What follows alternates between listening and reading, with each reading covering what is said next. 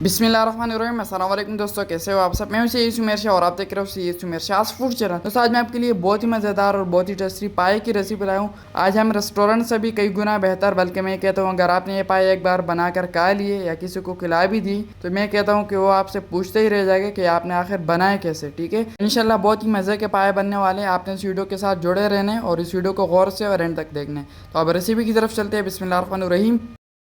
तो यहाँ पर आपने सबसे पहले एक प्यारा सा खूबसूरत सा कुकर ले लेना है और इसको आपने अंदर से बिल्कुल ड्राई कर देना है। ठीक है, और उसके बाद अब यहाँ पर आपने इसके अंदर हाफ कप कुकिंग ऑयल के ऐड कर देना है और फ्लेम को नीचे से ऑन कर लेना है। अब यहाँ पर आपने ऑयल को थोड़ा सा गर्म कर लेना है। जब ऑयल गर्म हो जाए उसके बाद बिस्मिल्लाहिर्रहमानिर्रहीम, यहाँ पर ये मेरे पास 2 अदद पाए थे जिसको मैंने कसाई से कटवा कर छोटे छोटे पीसेस में कटवा लिया था। और अगर आपको ये काटने आते हैं तो ठीक है, आप खुद ही साफ़ कर लें, नहीं तो अगर आपको तरीका नहीं आता तो मैं आपको कहता हूँ कि आप बाहर ही ले जाए, कसाई को दे दे तो वो ईज़िली आपको करके दे देंगे। ठीक है, साफ़ करके दे देंगे। तो ये पाए आपने सबसे पहले इस कुकर में ऐड कर देने। उसके बाद ये मेरे पास एक बड़े साइज़ का प्याज था, काट के इसमें ऐड कर देना। और उसके बाद ये मेरे पास जो है 4 मीडियम साइज़ के टमाटर थे जिसको आपने बिल्कुल बारीक बारीक चॉप करके इसमें ऐड कर देना। और उसी के साथ इसमें जो है थोड़ा सा लहसुन अदरक भी कद्दूकश किया हुआ इसमें ऐड था। ठीक है, तो ये दोनों चीज़ें आपने इसमें ऐड कर देना है। उसके बाद अब यहाँ पर हम इसमें कुछ मसाले ऐड करेंगे। बिस्मिल्लाहिर्रहमानिर्रहीम।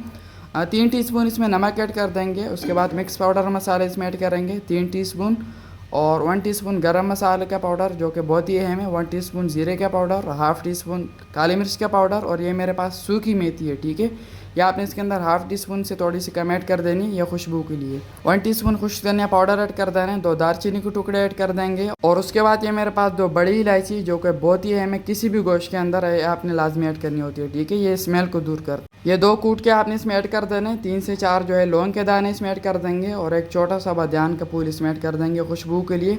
और थोड़ा सा ज़ीरा आपने साबुत इसमें ऐड कर देना। तो चलिए ये हमारा सभी मसाले इसमें ऐड हो चुके हैं। अब बाकी इसमें कुछ ही किसी किस्म का मसाला ऐड नहीं होगा। ये मसाला ऐड करने के बाद अब यहाँ पर आपने अच्छी तरह से इसकी मिक्सिंग करनी है। इन सभी चीज़ों का आपने बिल्कुल यकजा एक जान कर देना है।